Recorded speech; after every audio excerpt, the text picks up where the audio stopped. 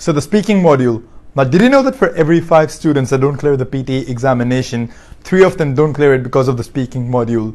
Well, it's not very uncommon for students, especially from those from the subcontinent, that is the Asian subcontinent, to suffer in the speaking strategies. And the reason behind that is because they end up focusing on the wrong things. Now, let me put it this way. There are 3 things that you need to know when you study the speaking module or when you prepare for the speaking module. Firstly, focus on the right things. A lot of students end up focusing for the things that don't even matter. No one really cares what your accent is, where you're from, what your background is. That's not one thing that matters, not at all. What really matters is the fluency, pronunciation, and the content.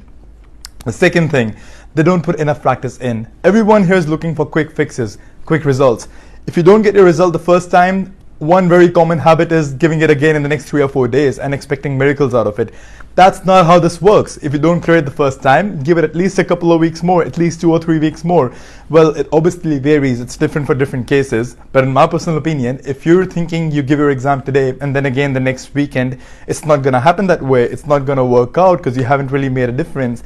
And then they end up blaming the system. They end up blaming the microphones they were using. They end up blaming that, we had to wear a mask.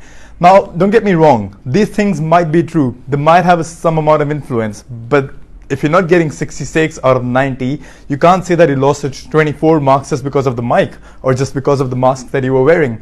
And the third thing again is, one that I feel is very important, is that a lot of the students these days are stuck to the templates and strategies that were made years ago.